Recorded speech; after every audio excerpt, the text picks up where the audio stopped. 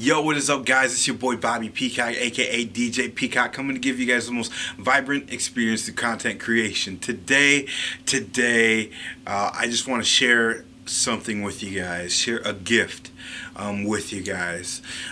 We know that right now we are living in a crazy time with the virus and all this other stuff. You know, the social and distancing are in the same sentences, which is absolutely insane. And there's so much stuff that is going on in the world. I am here to encourage you guys. And so I want to share something that's really cool.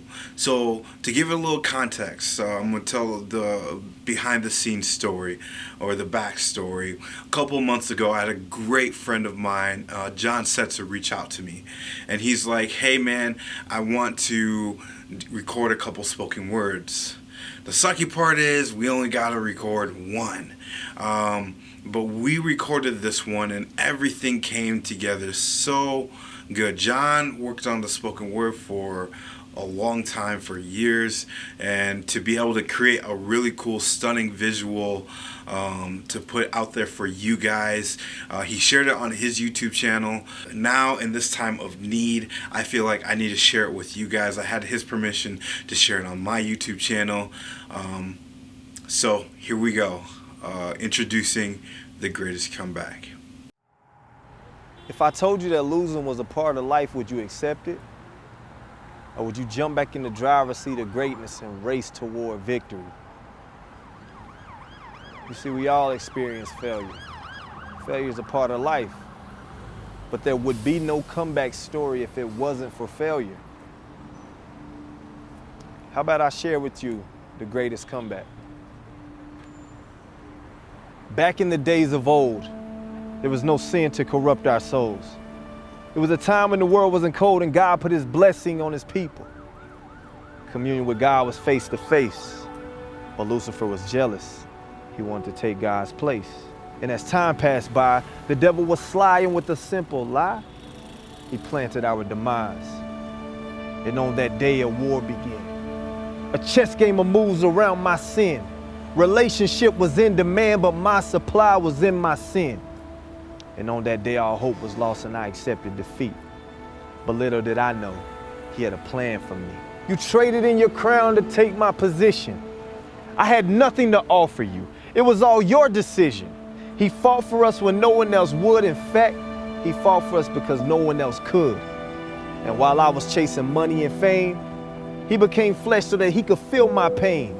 And when it was time for him to go to the cross and pour it out, he kept his eyes on the prize and rarely opened his mouth. Blasphemous slurs as they mocked your name. But he responded like a champion. No pain, no gain. Head bloodied, back bloodied, feet bloodied, torn, spit on, punched out. For this he was born. Drenched in his own blood from his head down to his toes. Beat beyond recognition for every lost soul. This man never sinned and had a heart of gold. He healed many of you people and saved your souls. Crucify him, shouts as the crowd grows. Let's see him save himself. Just let the scriptures unfold. But they hung him high and they stretched him wide. And he died, just like the prophets told. So what's next for the King of Kings? Is he down? Is he out? Things can't be as they seem. But the devil walks in, the lights go dim, and because of your sin, God turns his back on him. For 2 days, all hope is lost. But he pardoned your sin. He paid the cost. He signed for your sin, and the ink in the pen was the blood that flowed freely when they murdered him. He wakes up in hell, and what does he see? He rises to his feet, and who does he meet? The devil and his cohort shaking in defeat. He takes a step and the whole earth quakes. Why? Because now it's his move to make. There's no room for mistakes. And with eternity at stake, the game is over, devil. Checkmate.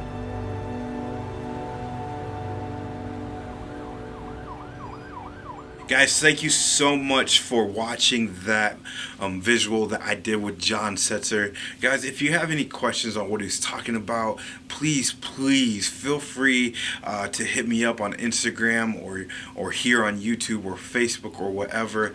Here's the reality, guys. We're living in a time that can be somewhat fearful, which is absolutely crazy.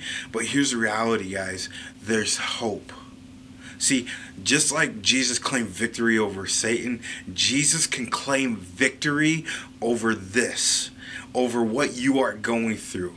And so I know my family and I, especially as a small business owner and especially as someone that is going out in entrepreneur spirit, we are praying constantly, and we're trying to pray away from fear because we know that we can claim victory in the name of Jesus. So thank you guys so much for tuning in. Feel free to take out a baseball bat and ring the bell. Feel free to like, comment, subscribe. Let me know what you guys thought about the visual. And like always, you guys can find victory and boldness. So claim victory and be bold. All right. See you guys. Bye.